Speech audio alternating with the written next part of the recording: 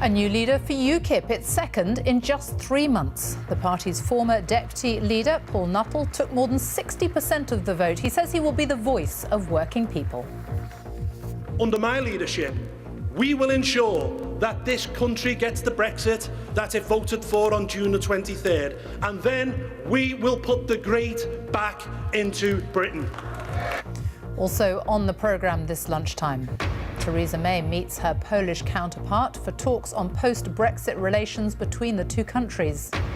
Thousands flee Aleppo as Syrian government troops retake another district of the city from rebel forces. Christmas chaos looms for hundreds of thousands of travellers as drivers on Southern Railway vote overwhelmingly to strike. And most add-on fertility treatments at British clinics don't improve the chances of having a baby, according to a BBC investigation.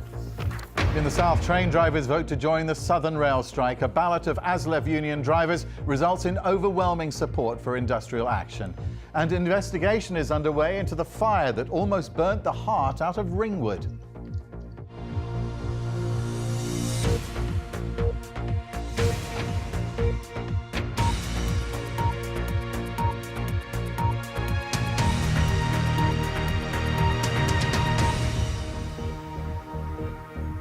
Good afternoon and welcome to the BBC News at 1. UKIP has a new leader. Paul Nuttall, the party's former deputy, has been elected after winning more than 60% of members' votes. The contest was triggered when Diane James gave up the leadership just 18 days after replacing Nigel Farage. Our assistant political editor, Norman Smith, is in central London. Norman.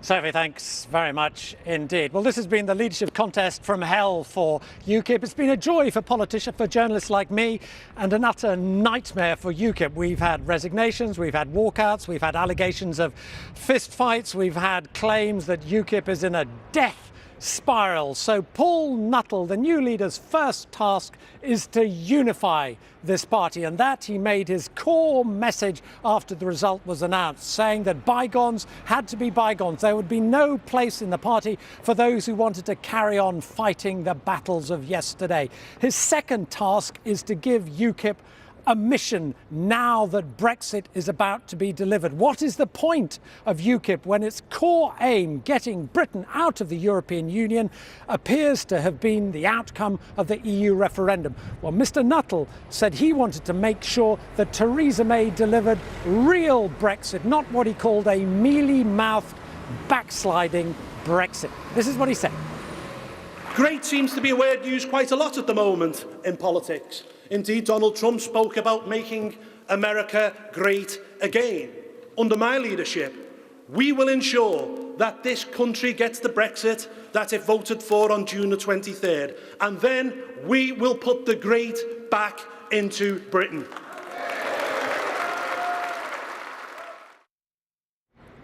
And what of the man who has become the face of UKIP, the man who has driven its success, Nigel Farage? Well, he insisted he was not going to be a backseat driver. As for me, what am I going to do? Well, I'm going to go on supporting UKIP. Am I going to be a backseat driver? No.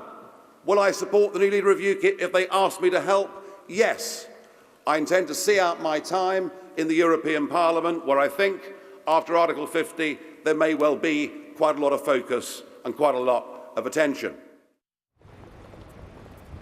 But does anyone imagine that Nigel Farage is going to tiptoe away from frontline politics and spend his afternoon watching Countdown and having a rich tea biscuit? Perhaps not. And that may be Paul Nuttall's hardest task, emerging from the shadow of Nigel Farage, who has driven UKIP for so many years. That and trying to ensure that UKIP has a mission.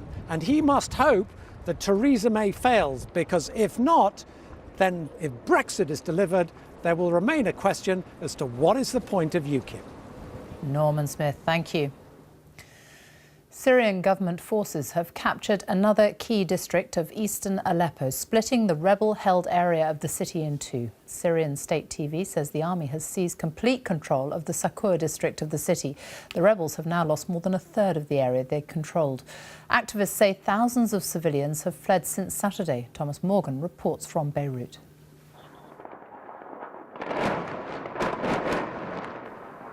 East Aleppo has suffered more over the past 2 weeks than it has over the past 2 years.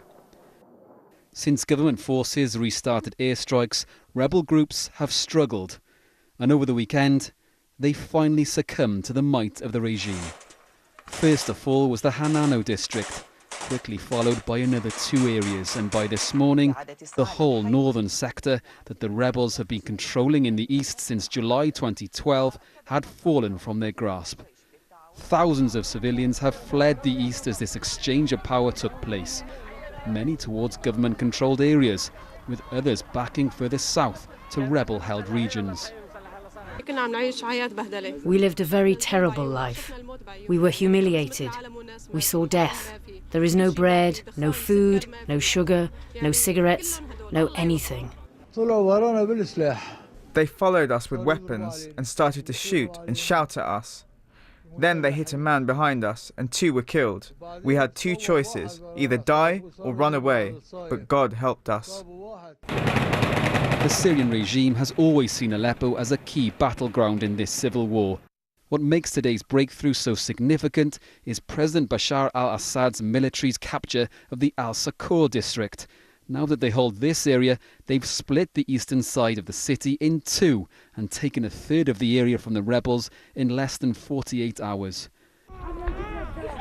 But as pleased as the regime may be with this rapid development, the situation on the ground in what is left of the besieged rebel-held area is worsening.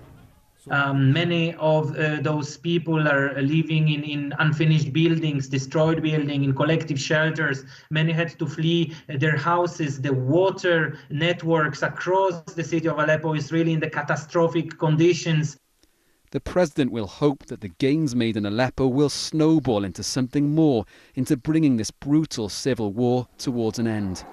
But with hundreds of thousands of civilians still living in besieged rebel-held areas across Syria, there is still a long way to go. Thomas Morgan, BBC News, Beirut. The government is facing another legal challenge related to Brexit, this time about whether the UK stays in the single market after leaving the EU. Our diplomatic correspondent James Landell is here, and this is pro-EU campaigners arguing that just because of Brexit doesn't necessarily mean that we automatically leave the single market. That's right, Sophie. Essentially, Britain is a member of 2 organisations. We're part of the European Union, which we're going to leave, but we're also a member of something called the European Economic Area. Now, this second organisation was set up in the 1990s to try and extend the single market to countries outside of the EU, the Norwegians, the Icelanders, people like that. And a lot of people have thought, well, you know what, when we leave the EU, we'll automatically leave this other organisation, known by its acronym, the EEA. And that is the government's position. They say when we leave, we'll leave both of them. But I've been speaking to a bunch of lawyers who say actually that's not actually their interpretation of the law. They think that we only leave if we formally trigger it, if the UK says, right, we are definitely leaving ourselves. So in other words, there's a legal difference of opinion. Where there's a legal difference of opinion, there's a potential for a legal battle. And so some of the pro-EU campaigners are saying, well, let's test this in the courts. And if they test this, then potentially this could go on for a while. Exactly. I mean, that is the point. It could. The legal wrangling could continue for quite some time. Yeah, I mean, it totally depends where it goes. Potentially, this could go all the way, not just on the British courts, but all the way to the European courts, the European Court of Justice, to decide this and say, look, who's right here? And the reason it matters is because if the courts say, actually, no, the UK has to trigger it, then once again, we have that debate. Who triggers it? Is it the government? Is it MPs? And it continues. In other words, another big legal headache for Theresa May, who at the weekend admitted this whole European thing keeps her up at nights. James Landell, thank you. The Prime Minister, Theresa May, is meeting her Polish counterpart this lunchtime as senior ministers from both countries meet to discuss their future relations after the UK leaves the European Union. The Polish Prime Minister, Beata Szydło, says the UK will have to make compromises in its negotiations with the EU, but she says her country will go into talks in a constructive and down-to-earth manner. Well, our political correspondent Vicky Young is in Downing Street for us now. And has the Polish Prime Minister arrived? They're literally coming through the gates, and now, Sophie, a slight delay, but they have now arrived. And really, this is interesting because at a time when the UK is talking about Brexit, of course, about how we're leaving the European Union, this is all about how close those ties will remain with certain countries. And Poland is certainly one of those. We can see now Theresa May there greeting her counterpart on the steps of Number 10. The two have met before. But they are talking very much about the close ties between the two countries. Now, this is in various areas, particularly defence and security. There's a lot of talk about the threat from Russia, talk of British troops being sent to the Polish border to help with that and with NATO, something they both firmly believe in. Also, when it comes to trade, Poland exports more than £6 billion worth of goods to the UK every year, so they will want to continue that and those close ties. And then, of course, probably one of the most important things, more than 900,000 Polish nationals who have come to this country, and both sides again have talked about some kind of reciprocal arrangement. Now, it's not something they can do a deal on right now, but certainly the Poles want to know that they'll be able to stay in this country. Theresa May has said before that her hope and expectation is that there will be an agreement so that British people living in Spain and France will be able to stay there, Poles will be able to stay here. But I think at a time when Theresa May is really going to need friends as she goes into those Brexit negotiations, whenever they start next year, she'll be thinking that the Polish Prime Minister will certainly be a very close ally. Vicky Young in Downing Street, thank you.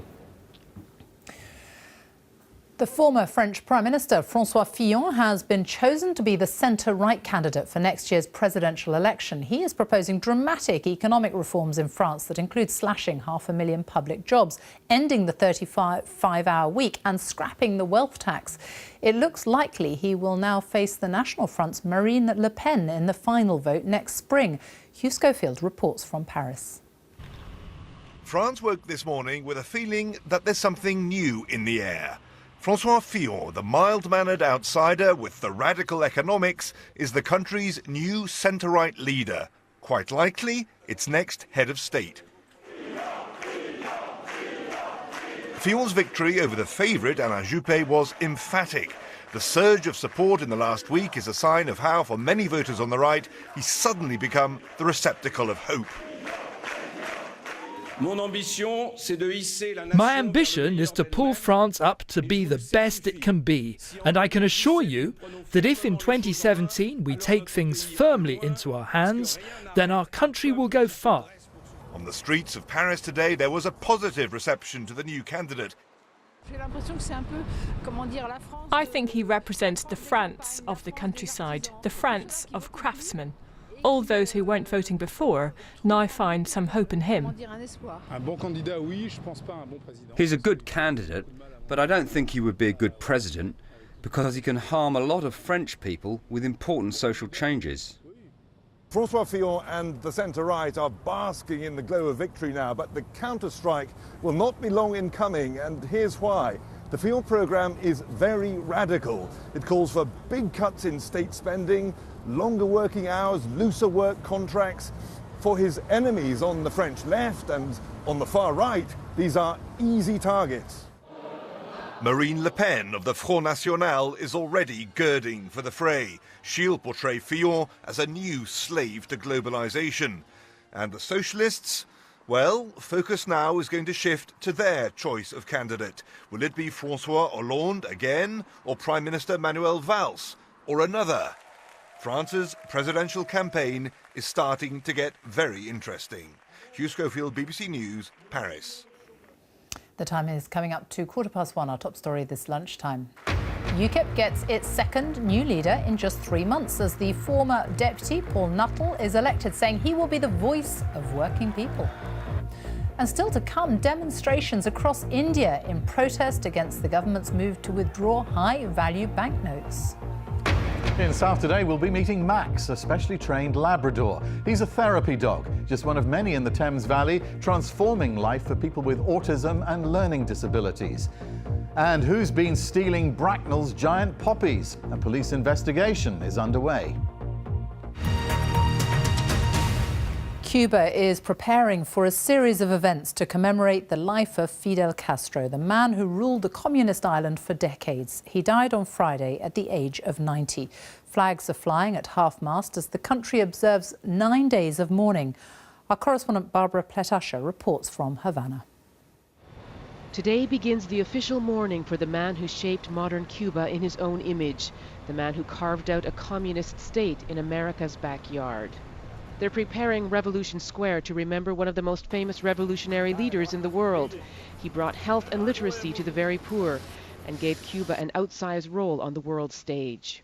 I feel very sad because it's the death of a president who changed our lives and gave everything for his people. Maybe so, but mourning is tempered by the harsh realities of the nation molded by Fidel Castro. The lack of political freedoms, even more so the economic failures. For many, the focus is simply on survival. Fidel Castro himself was the great survivor of assassination attempts and shifting alliances. In the end, the fiery guerrilla leader faded out slowly with illness and age, gradually handing over power. The death of the man they call El Comandante would once have thrown the future of Cuba into question. But he leaves behind another Castro firmly in power, his brother Raúl, and that signals more continuity than change. A mixed legacy and a huge void. That is what Cubans will be commemorating this week. Barbara Pletasher, BBC News, Havana. And we can talk to Barbara in Havana. Now, just give us a sense of the mood there at the moment.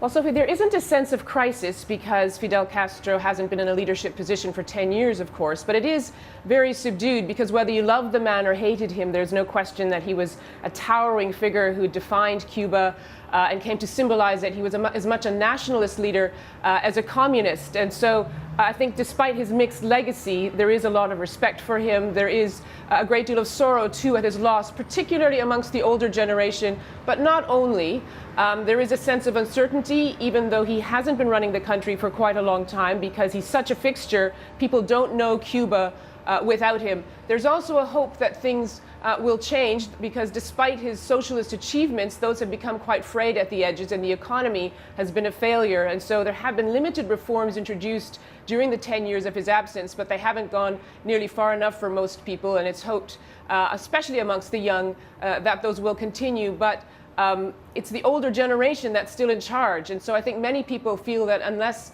and until that is transferred over to the younger generation of revolutionaries, we will not see that kind of change right away. Barbara, thank you. Drivers on Southern Railway have voted overwhelmingly to go on strike in a dispute over driver-only trains. 87% of ASLEF members voted to walk out, raising the threat of travel chaos in the run-up to Christmas. Our transport correspondent Richard Westcott is here. So if you are a Southern Rail passenger, it really is not looking good the month of December. It hasn't been looking good for months, frankly, if you're a Southern passenger, aside from the strikes. But this is a game changer, I think, in terms of disruption. So we haven't got dates yet, but up until this point, from April, we've had the RMT, a separate union, and the guards on board the trains going on various strikes. Well, now the drivers, different union, ASLEF, are joining in. Well, that's nearly 1,000 drivers, and most drivers on Southern will be ASLEF members. So it's very hard to see how they'll be able to run any kind of decent service on a strike day. To date, each strike day, they've had about 60% of trains running. So bad journeys, but you can still get to work. If the ASLEF join in on the same days as RMT, I think that it's going to be a devastating impact, really, on getting in. So it's taken this dispute, which has been rumbling on for months and months and months, to a whole new level. Now the drivers are getting involved. And it will affect hundreds of thousands of people, as you say. Any chance that it could be called off, it could be resolved? I think they don't look any closer together to me than they did do when this all kicked off last April. So it's a really vitriolic dispute about safety issues on trains. And frankly, it doesn't look like, they're not even in talks at the moment. They keep both saying they're open to talks, but they're not sitting down and talking. So I think it's pretty unlikely that we're going to see any kind of resolution to this anytime soon. Richard Westcott, thank you. A coroner has said he supports a request for legal aid to be given to the families of the victims of the Birmingham pub bombings. 21 people were killed in the blasts in 1974. Inquests into the deaths are due to reopen next year, with families seeking government support similar to the funding for the Hillsborough inquests. 6 men were initially found guilty of the bombings, but their convictions were overturned in 1991. Seema Kotecha is there, and the coroner has given his backing. Will that make any difference? Well, that's right, Sophie. In the court behind me today, the chief coroner, Peter Thornton, said that he backed those families in their request to get that public money so that their legal bills would be paid. And that is what happened with the Hillsborough family victims. They were paid by the government for that process that had been going on for years, and that's what they're calling on for today. And I have a quote for you here from Peter Thornton. He said, "I have no power or authority over legal funding, but I support the applications of those families who wish to get that funding." Now, why is this significant? Well, it's actually, you could interpret it as being the fact that he could be an ally to those families who want this money so that they're able to proceed with their legal cases. So even though he has no control, the fact that he has said this could be exerting more pressure, if you like, on the government to make a decision and to make a decision quickly. Now, what we also know is that the next hearing will be on the 23rd of February, and so we have around 8 weeks between now and then for this hopefully to be sorted and some sort of resolution to have been ascertained by the families. Seema, thank you. It's one of the fastest growing types of cybercrime, and it can happen to anyone. Ransomware is a malicious software that blocks access to your files until a ransom is paid. Figures released to the BBC suggest that in the UK, victims paid more than £4.5 million to these types of hackers last year alone, as Fiona Trott reports. Pub landlord Bob Luty is finalising his Christmas menu. Right, talk me through it then, Adam, please. Well, for the starters, we've got the wild mushroom. He's had to start from scratch. Over 12 years of work was on his laptop, and it's all gone. He's been a victim of ransomware. Not once, but twice. Bob didn't pay the criminals, but repairing his computer has cost hundreds of pounds. I went into the programme, and that was all scrambled. And eventually, after I've switched it off and switched it on again, I realised that there was nothing that I could do. So how did it make you feel when you saw that? Sick. Very sick. Because it suddenly occurred to me that if they can do it once, they can do it twice. Cybercrime expert David Wall says companies, health trusts and even police forces are also targeted. Highly sensitive information suddenly encrypted with a ransom demand for tens of thousands of pounds. So this is a typical example of a ransomware infection. It's quite blunt, it's quite obvious what it is. You've been infected, you've got to click on these links to get them released.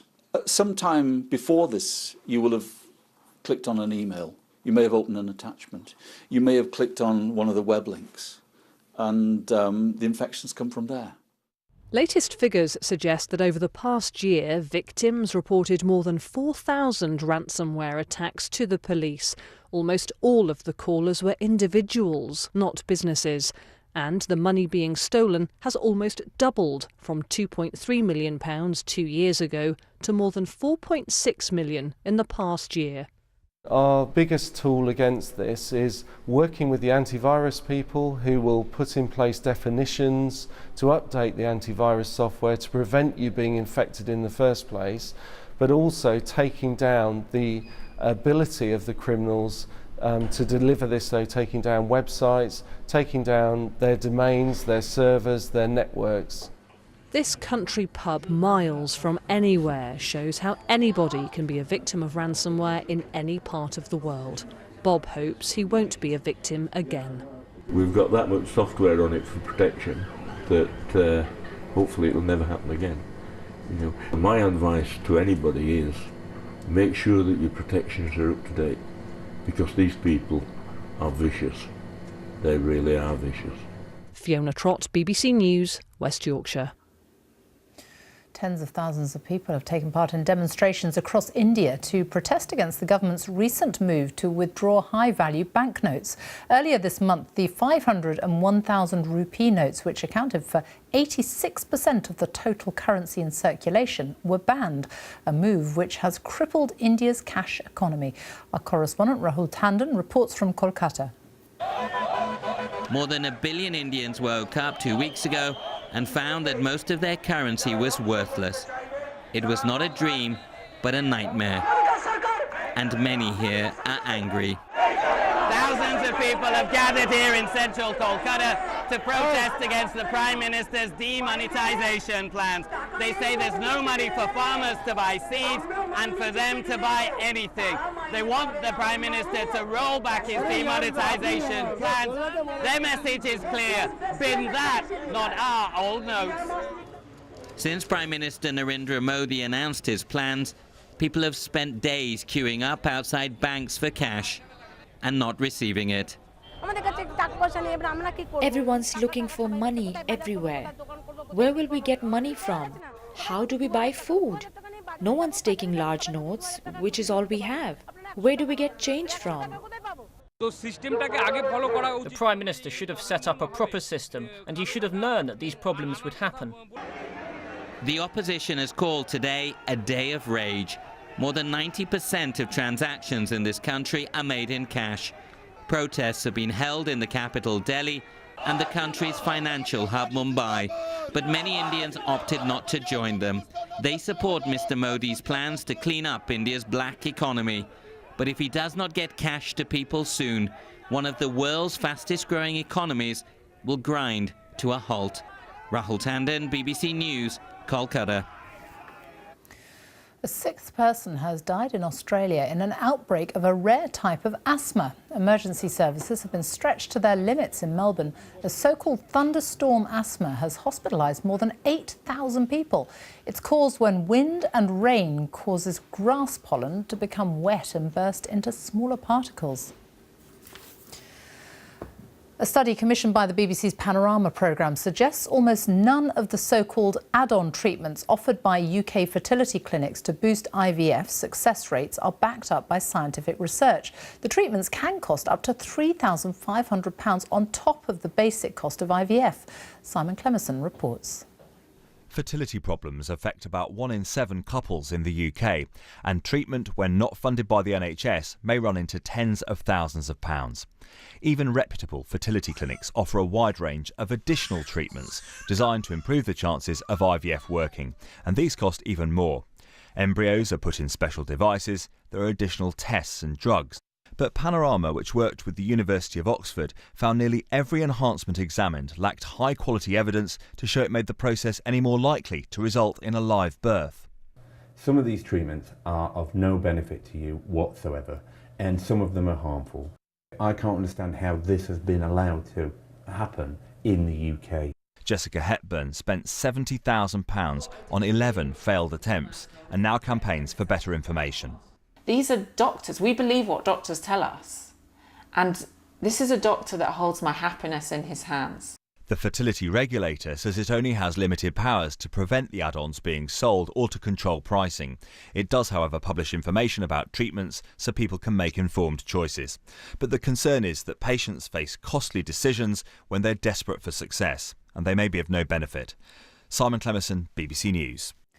And you can see more on that story on Panorama on BBC One this evening at 8:30. A new report claims that an inmate takes their life in prison in England and Wales on average every 3 to 4 days. The Howard League for Penal Reform says the number of suicides is at its highest level since 1978. Ministers say they're taking action to help vulnerable inmates.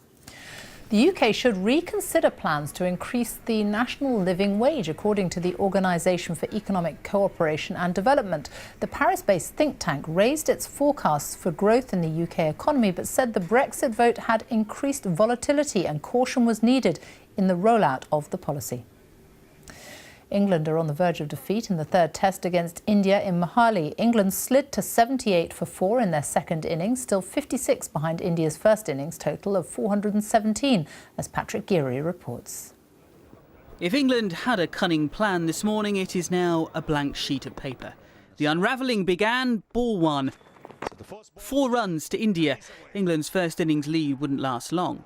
The batsmen in their path weren't specialists in their field, but instead, like Ravi Jadeja, men of unexpected skill, manoeuvrers who inflated their lead while deflating England. India pressed on, disciplined yet dismissive. Wow. Jayant Yadav, batsman number 9, plundered 50. By the time England had bowled India out, it was tea, and they were 134 runs ahead. England lost a man before they left the pavilion. Haseeb Hamid's injured finger meant he couldn't open. Alistair Cook was going through his own discomfort in the middle. Ravi Ashwin tormented him, then bowled him. English minds had turned to thoughts of escape, but you must take to the air with care. Moeen Ali landed too early, another for Ashwin. By contrast, Johnny Bairstow's fate was sealed by one that stayed low. A small but crucial touch accounted for England's form batsman. A time perhaps for Ben Stokes, a boisterous player who's spent this tour upsetting India. So when the umpire said not out here, no wonder Captain Kohli reviewed. The technology settled the argument. With England 78 for 4 and 2 days remaining, the scoreboard does the talking. Patrick Geary, BBC News. Time for a look at the weather now with Chris Fawkes, and some beautiful blue skies for some today, but not for everyone. That's right, Sophie. Yeah, big contrast. We've got high pressure in charge of our weather at the moment. But even though we're underneath the same area of high pressure, the skies look very, very different in different parts of the country. This is the scene in Ambleside, for example, with extensive cloud showing here. Thanks to our weather watcher, Ambleside Maggie, for sending us that picture. And I can show you the satellite picture now as well. You can see how extensive the cloud is across the northwest of the UK. Clearer skies, though, working in across central and eastern England. For example, in Stutton in Suffolk, the skies have been looking more like this, thanks to Captain Rum, one of our weather watchers, for sending us this picture in of the sunshine. Now, here's what's been going on, right? Over the weekend, we had cold air moving its way in across Scandinavia from the Arctic. That's been pulled into eastern parts of the UK by this area of high pressure that's been pushing into the North Sea. And it's colder air, yes, but not just that. It's also significantly drier air. And it's that combination of dry air, low humidities that have been just evaporating the cloud across England and Wales. So there's not a cloud in the sky for most of us through the rest of the afternoon. Now, to the north and west of the UK, yes, there is a bit more cloud here, and it will stay quite cloudy in Northern Ireland. A few breaks just moving in from the Irish Sea into County Down over the next couple of hours. A lot of cloud too for Scotland, but the far north having some sunshine. It's cold though. Temperatures in Aviemore right now, -2. And overnight tonight, it's going to be potentially one of the coldest nights of the autumn so far in England and Wales. Even in the towns and cities, we are likely to see some pockets of frost developing in the coldest spots. But head out into the countryside across England and Wales, we'll see their temperatures plummeting down to, what, -7, -8 degrees Celsius. So it is going to be a freezing cold start to Tuesday morning with scenes like this up and down the country. It will be cold, yes, but there will be, again, plenty of sunshine. Barely a cloud in the sky for England and Wales. That said, there will be some fog patches around through the Vale of York. They could be very slow to clear. And for Scotland and Northern Ireland, we have this weak weather front heading in off the Atlantic. That's going to be bringing a strip of thicker cloud, 1 or 2 spots of rain, nothing significant, but there's slightly less cold air getting in across the northwest of the UK, whereas for England and Wales, temperatures still way below average for this stage of November. And we do it all again as we get on through Wednesday night, another very cold night on the way. Generally, though, towards the end of the week, what we're going to have is the air coming in off the Atlantic. And with that, we've got more moisture in the atmosphere. That means it's going to turn that bit cloudier, but the weather should stay largely dry as well. You can find out more about that, of course, on the BBC Weather website. But as I say, the coldest night of the autumn so far, that's tonight. Chris, thank you. A reminder of our main story this lunchtime. UKIP elects its second new leader in just 3 months. The party's former deputy, Paul Nuttall, says he will unite the party and be the voice of working people. Under my leadership, we will ensure that this country gets the Brexit that it voted for on June the 23rd. And then we will put the great back into Britain. That's all from the BBC News at 1, so it's goodbye from me on BBC One. We now join the BBC's news teams where you are. Bye-bye.